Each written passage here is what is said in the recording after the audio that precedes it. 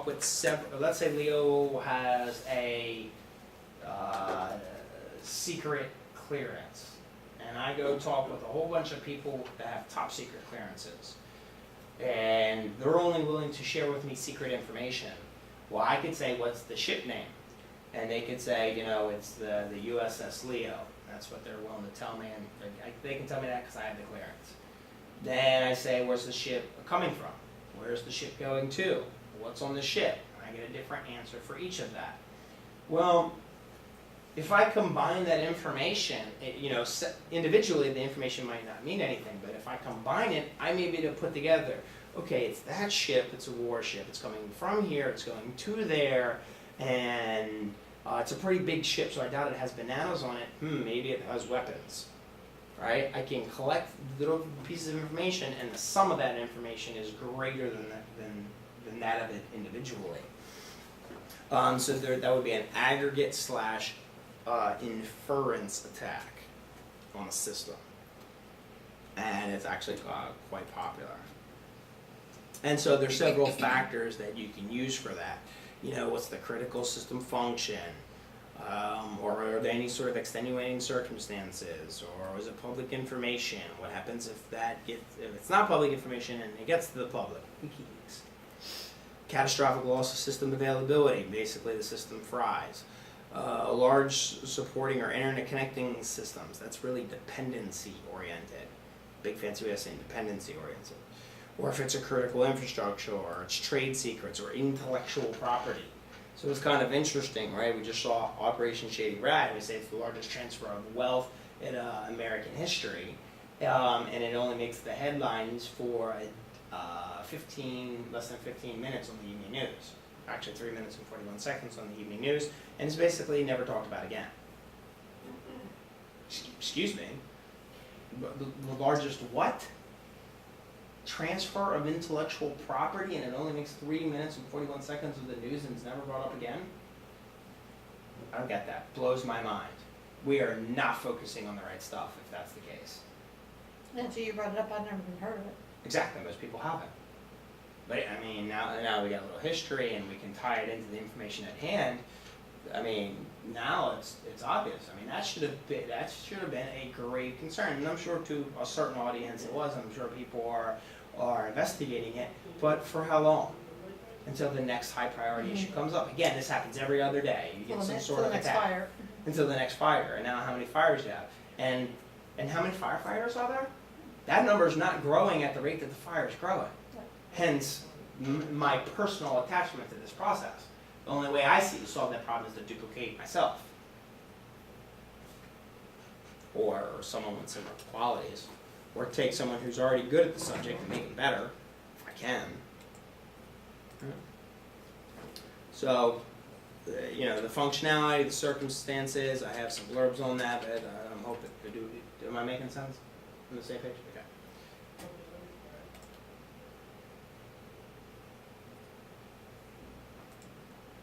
Alright, so documenting the process, here's basically the things that you need to focus in on. Their system should have a site, I keep saying site, system security plans, what business areas are being applied to, actually, did I write that? Oh no, I don't know who wrote it. I think I started that actually. Could be wrong. But yeah. If it's time critical, if it's provisional versus accredited impact, information type versus the aggregate, special factors and circumstances. I mean, it literally could be a database and on a system, and that one database by itself, if somebody were to hack into it, it's useless. But if they hack into the system and they get the 5 other databases that go along with it, then you got real problems. So individually it may not mean anything, but in combination it could be huge. Special factors and circumstances, justification for the elevated impact. All this stuff is extremely important. And you've got SCADA. You guys know what SCADA is? Nope. All right. Supervisory control and data acquisition. Provides real-time control and information supporting the main power plant. The power plant provides critical distribution of electric power to the military installation.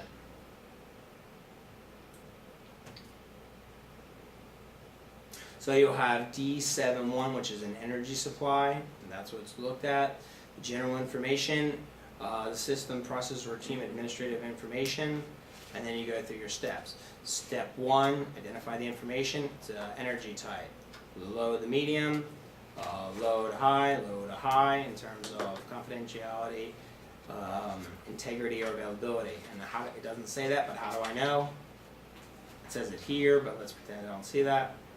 Disclosure, modification, availability, right? So it doesn't, your engineers aren't going to tell you, they're not going to speak your language, confidentiality, integrity, and availability, so you need to extrapolate that information. The general information and the rating, if adjustments need to be made, and then step 4, oops.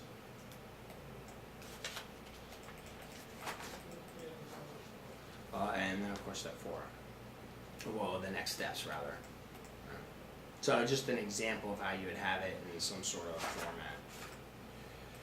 Then you have business impact analysis. You guys know where BIA comes from? Business impact analysis? It's going to come from your contingency planning document. It's also a very important NIST document.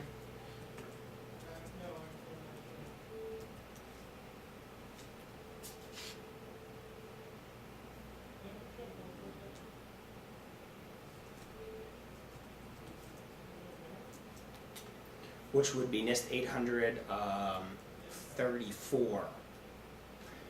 Now, again, what the code of learning is about, it's about knowing how to do this stuff because you know how to actually do it. So what I recommend is to take NIST 834 home, even though it's for federal IT systems, start using it as a guideline. So you'll have the guideline of federal IT systems, and it's not limited to IT systems, but apply it to your life. So in other words, let's look at it from this point of view. If you have a business in your own life, well, what's your business plan to keep your business going? Your home or your office, how do you continue the operations? In the event that something bad happens, how do you communicate that? Crisis communication plan. Critical infrastructure, what's your own critical infrastructure? Can you live without water, or is that critical? Can you live without power? Is that critical? Can you live without food? Is that critical? Right? Apply this to your life. If you, in no sense going to work and applying it to work and going home and basically being left out in the dark, right? Because you still got to get the work, right? So apply it to your life, and you'll understand and appreciate the information in this document. You know, do an impact analysis. How could you prevent bad things from happening? Well, if you're concerned about the critical infrastructure of power and your power goes out, maybe a generator would proactively prevent you from experiencing an impact. Or maybe you need solar panels to reduce your electricity bill so you can spend the money other places. Preventative controls. Create a backup strategy. What happens if you cannot drive the car to work? Would you take a motorcycle? Would you take a bicycle? Would you walk? Can you take the metro? What if the metro is not down? Then what do you do? Can you carpool? Come up with 3 or 4 alternatives, right? You can apply this stuff to your life if you think about it generically. You know, what about an alternate site? If your house goes up in flames, do you have another place you can go? What is that place? And hopefully it's not mom and dad. Right? If you have kids, you can teach them a lesson here, right? So that way they don't come home to mom and dad. All right, cost considerations, the roles and responsibilities, who's doing what. You know, just like you have kids, right? Mm-hmm. Or as a female, you know, when you were getting ready to go into labor, you probably had a bag that was sitting there. That was your contingency plan. You went through and said, all right, who's the roles and responsibility? All right, the husband, he goes and gets the car, he starts it, and all you have to do is keep breathing, right? His job is to keep you calm. Right, and you go through that. What are the roles and responsibilities? What are we doing? What's the plan? You know, is the doctor expecting us? You know, do we go to the emergency room to have the baby, or do we actually go to our doctor and have it? What are all that stuff about? You plan and map all that stuff out ahead of time, so in the event that it happens, you not only have your plan A but a plan B and a plan C. And our goal is to, well, operate on plan A with zero impact, or close to zero as possible, rather. Plan for the worst, hope for the best. Yeah. I mean, have a year's worth of food and storage, and this is no longer, hey, I'm the guy living in the mountains with guns, gold, and a Bible. It's not necessarily extreme. And granted, those people I'm sure exist. But what it's a matter about now is being prepared. Again, there's going to be a new class of people if things get really, really bad. Instead of the low, mid, and high class, the new class will be people that are informed, knowledgeable, and prepared, and those who are not. And if that class system changes overnight because of some sort of catastrophic event, it's going to be a rude awakening for other people. And the people who are standing there going, they should be held accountable. Where did they go? Right? Since if you want to, I'll just throw you a bone here. Since 1971, our dollar's been taken off of the gold standard. Since then, it has lost 99% of its value. We are hanging on to basically our dollar and our currency and our money system by a thread. And ironically enough, hey, we're on the brink of disaster on the edge of the economy, and we just came out of the biggest financial collapse in U.S. history. And again, the dollar's hanging on a thread. Something as simple as an external factor like our lender basically saying we're not going to buy the U.S. dollar anymore, that could have severe, catastrophic adverse effects. Nobody's looking at that outside of this room because they still see blue skies. But we're that close to it. As a matter of fact, I think we're over it and we're just riding on fumes, to be quite honest.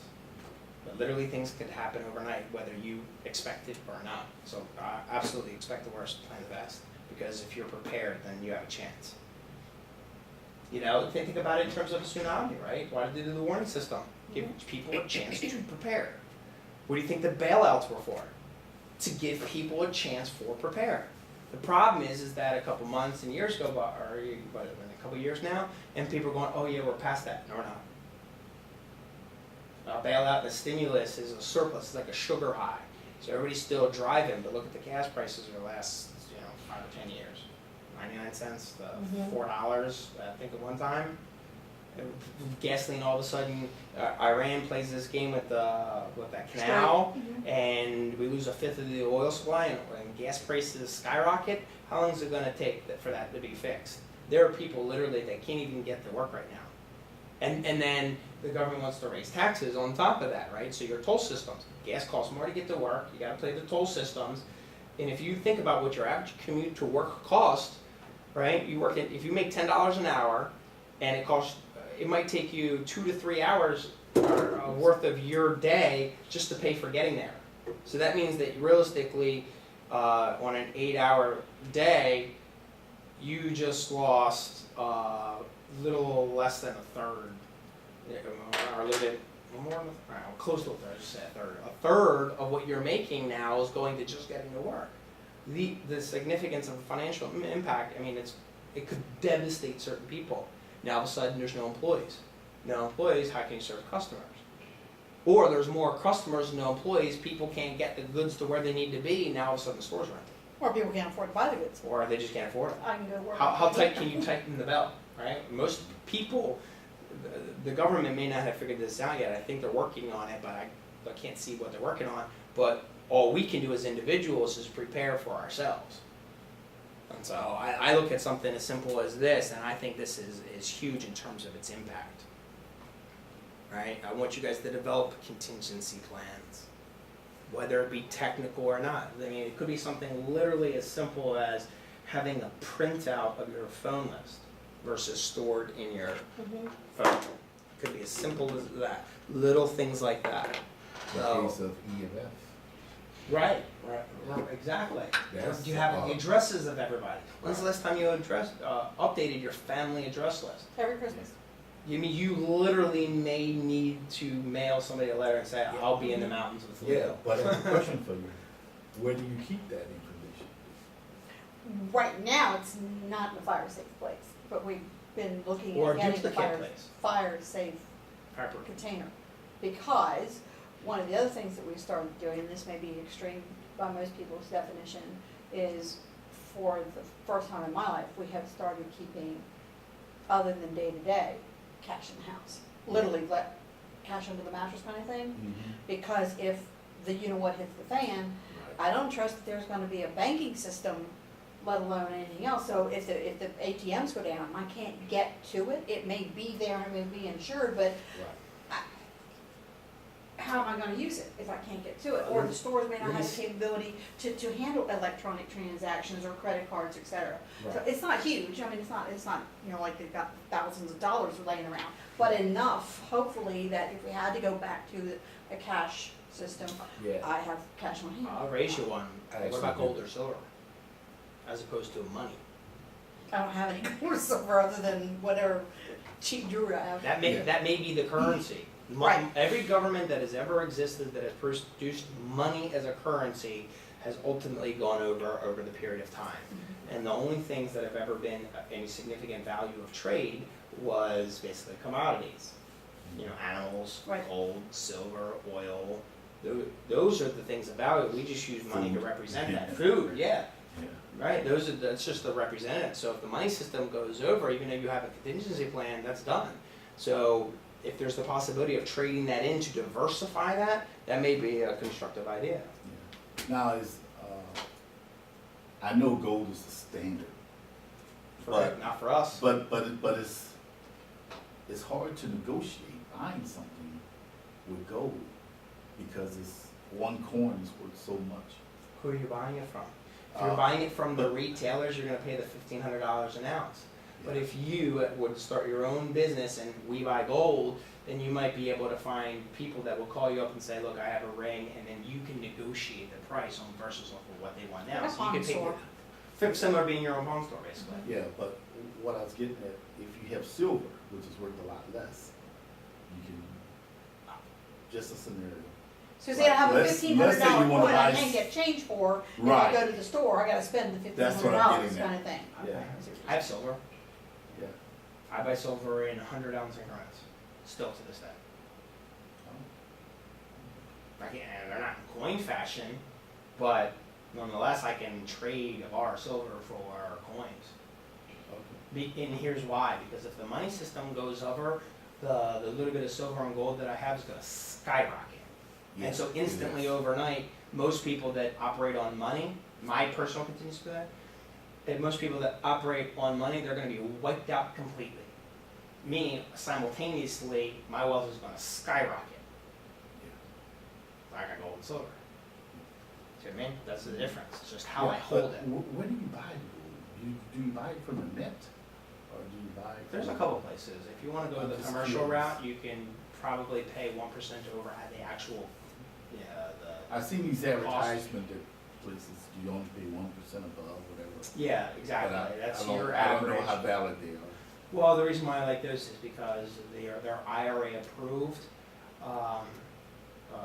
accounts, but truth be told, you don't have to buy from them, you could literally start your own, you could do like the bandit sign deal, we buy gold and silver, call my number, and then people call you up, make appointments, and you negotiate the price yourself, and then you can Yeah, collect but you gotta piles know of- that the gold is valid.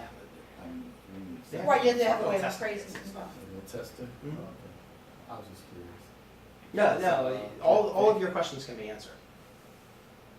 Somebody has done it somewhere. But now you're tuning into a different frequency that you probably haven't tuned into before, and so that's good due diligence for You you. gotta consider the value of the gold, like I worked overseas, the gold's a higher quality in a lot of countries. Like, what do we have here? We don't Well, it have depends on 24 karat. the carat rating of it and how and the purity of it. Right. Like someone told me the Canadian maple leaf corn is one of the best, I don't know, probably no more than the US Eagle, whatever it's called. Or is it just better to have ours? I'm not a coin guy, and the reason being is because the markup on coins, because they're tradable, Yeah. is very, very high, and it could be almost 5 to 10% above what the bar would be. So I'm going for quantity, and I'll worry about trading it in later. I cut up my own gold, I'll melt it down in my own ounce coins if necessary, you know? Okay. I'd just rather have the most for the cheapest. But if people say, I can't afford gold, it's too expensive, well, wait till it gets to $5,000 an ounce. Then you're gonna, Right. then hindsight, you would say, I wish I would've bought it then. Right. Yeah. Yeah. Are you buying the bars or the nuggets? Bars. Bars. Personally, I buy all bars. They stack nicer. Yeah. But nuggets are cool because they're like they come out of the ground. Yeah. Well, I've seen little square nuggets. Oh, They sell them. They all magnet. I don't know. I don't know. the Northwest Territory. It becomes a whole big, Right. big, unbelievable. So basically what your choices are, this is a place that I bought gold and silver from. And I should have bought it the other day because it was down to like $22 or $23 an ounce. And the reason why I use increments that end in 00 is because it's easy to do the math on that. So if I bought it for silver for $10 an ounce, and then now it's $28.91, I can Right. easily do the math on that and figure out that I just made $18. Right. So that's why I prefer the 100 ounce Yeah. ounces. Gold is 60. I mean, there's been a dip lately, but But that was bullion. yeah, basically you're not talking about these things right here, right? No, no. This Okay. is overseas. It didn't have any imprints on it or anything. Yeah, I like these. These guys right here. It's 100 ounces. 100 ounce. I'd like to buy 1,000 ounces. So that's only about 8 pounds. Yeah, it's about 8 pounds or so. I think it actually says it down here. 6.85 pounds. And then for $28 an ounce, that's about they're about 2% over what they're at. They're about 1% over what their asking price is. And then you can follow the market. You can get nice apps for your phone that'll track silver prices. Because Now, do they ship it to you? yeah, or- and it's IRA approved, which you can leverage that. IRA. Yeah, as an investment, IRA. IRA. Okay. Yeah. Okay. So they're IRA approved, so that basically if you want to hold it in an IRA or leverage it or have somebody contribute to that, Yeah. then it's an easy place to hold it. My only thing about that is that I actually want to hold it myself, because I went through an experience lately. I said I just got engaged and I had to go take out more than my daily limit to buy a ring. Mhm. And I went to the bank teller and I said, I want this in cash, I'm gonna go buy a ring. And she said, we don't carry that much cash here. And I went, what? And she said, yeah, if we give all the money to you, we can't service all the customers, we don't keep that much cash in here. That's ridiculous. So literally, you won't be able to go to the bank and take out your money. And that's what that meant to me. And I went, oh no. So I don't keep any more than a couple $1,000s in my bank account, right? You're not making any interest on it anyway these Right, days. right. That's There's no what I point. I mean, there's no Well, I benefit. can get into a whole financial conversation about financial strategy. I actually have a fireproof suit. Yeah. Yeah. We've been looking, we don't have one yet, but the discussion is They okay sell them now. all over. What, they do, but it's okay now what's going in it. And that's where our discussion is now. Well, I think this needs to be in it. Well, no, I think that needs to be in it. And so, once we come to an agreement on that, that will determine My size. next one will probably be a gun safe, just because it's bigger. I have a lock foot locker that's my gun safe right now. But I don't store the ammo and the weapons together anyway, so, Yeah. with my grandkids, I'm not taking that risk.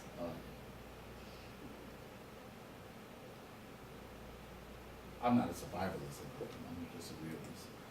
Absolutely, absolutely. I live in I tell you stories, and this is not related to anything we're doing here, but I used to target shoot and just for pleasure. And it wasn't until we bought the property and had the house built in '94 that I started taking it more seriously. But just for nothing else, we got critters that come up.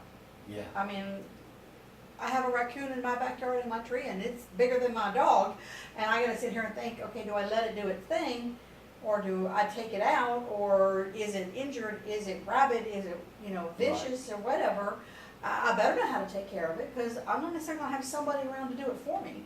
Yeah. And the night my It's called dogs, came in the middle of the night and dropped a possum in my bed, 6 inches from my face. Yes, I know how to use a weapon. I didn't shoot it in my bed, but yes, because it was still alive. Okay. After I was done freaking out, yes, Yeah. I had to dispose of it, but it's like, I can't call up 911 and ask cops to come and get it. Hell, they wouldn't even come and get the raccoons, the babies. We had baby raccoons that got in one of our trees, and it was driving our dogs crazy. We called everybody from pest control to animal patrol to the cops to whatever, and said, can you just take them and relocate them? And nobody would do it. Nobody would do it. I have a sign in my backyard that says trespassers will be shot, survivors will be shot. Yeah. Again, I have a sign in my garage that says, don't worry about the dog. They have that says, beware of dog. It says, don't worry about the dog, beware of owner. And it's got the barrel of a weapon pointed at him because, again, you're coming down my driveway and I'm home alone. I'm not Baltimore necessarily going to County, wait. you can't get really away with any of that stuff. You got away from the community. Yeah. Right, I'm not going to shoot him. But you will see that I am armed. I mean, it may It's a be great empty. deterrent. It may be empty, but you will see it. Well, they just. Now you can think twice how far you want to go, but yes. Or when somebody looks down at a shotgun, that's a whole different feeling. All they need to hear is that click, click. Yeah. Yeah. Because Like I said, if Jake's That's on why the travel and police- somebody somebody comes down my driveway and I know I've got a 400-foot driveway in the middle of nowhere, nobody should be there. Yeah. If I come to that door, I'm coming with a weapon in hand. I'm not gonna Actually- do anything with it, but you will then decide Oh, I whatever got a you had weapon. intended is worth it. If you come in my house, if you're breaking in my house, I have a weapon. I'm going to use it. Yeah, I'm hoping to Because I deter before they figure you're get that coming far. in to right. hurt me. Don't do it in Baltimore County. Baltimore, If they come into your house, there was a woman, but this was Oklahoma. different It was just Oklahoma. on the news. You can shoot first and ask questions later in those southern Yeah, states. Louisiana too. Yeah, in Maryland, you have to ask questions and then ask more questions and then ask more questions and then you while want you're dead on police. this, yeah. And then only if you're basically right in the moment can you shoot and fire back. Yeah, it's just like the criminals that have gotten injured He won't doing be- something illegal and Do you they know sue what- the homeowner. I'm like, wait a minute, in what logic is that even, He won't be sued. I shouldn't say that. He dies on your property? Brother, I'm on the same page. I used to have a Yeah. carry permit for that reason, just because it was like, if I'm going jogging, walking, riding, Yeah. because we're on private roads, so we're not monitored by the police.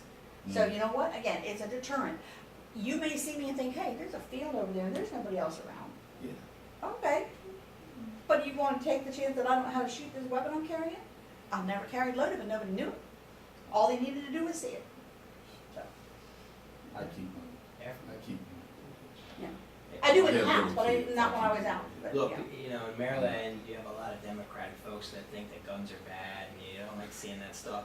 And then there's a lot of crime. But then you compare that to Texas, where basically you got Everybody. everybody and their uncle is armed, Mhm. and you'd be surprised how little crime there is. Mhm. People don't mess with people who have guns. Well, I grew up down in New Orleans. I wasn't there when they passed this law, but New Orleans is a big port city, right? Yep. So the biggest crime going around for a while was carjacking, Sure. because it's so much easier once you're in the car to get it, yada, yada, yada. So they finally came up with a law that anyone can carry a weapon in their car, and it can use deadly force Protected. if they feel threatened. 3 carjackers got shot, and carjacking stopped. Mhm. Well, if I'm not mistaken, now Amazing, huh? I'll have to go back And and the women were the verify. main ones shooting them. I guess that's because they attack women more than men. Mhm. They figure But- he's your target. Yeah, yeah. But if I'm not mistaken, I want to say in the 70s, and it may be Texas, where there was a shootout in a restaurant. I don't know if it was a buffet type place. There was like 24 people that were ultimately killed and injured by this gunman. And one of the reasons that it wasn't worse was, I believe there was a patron who was carrying a weapon who shot the gunman before the police arrived. Mm.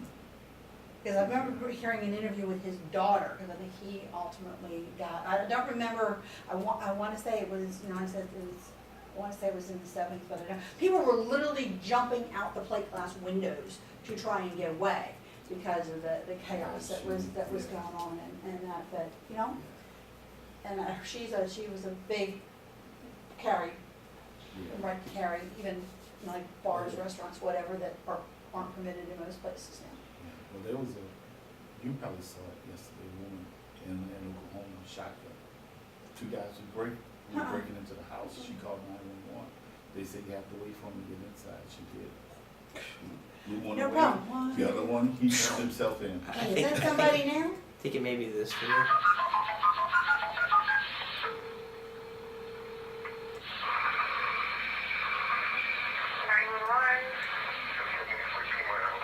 Okay, and why do you think someone's breaking in? I don't know. Do you have a gun out right now? Yeah, I do. Stay on the phone with me, David, okay? This is a woman that shot the guy. Thanks to What you. kind of gun do you have? Why do you Are care? you in the bedroom? Can you hear him? Are you hearing things, David? Okay, stay on the phone with me, okay? Yeah. David, are you still hearing us? See, I'd be yelling out, I'm here, I gotta go.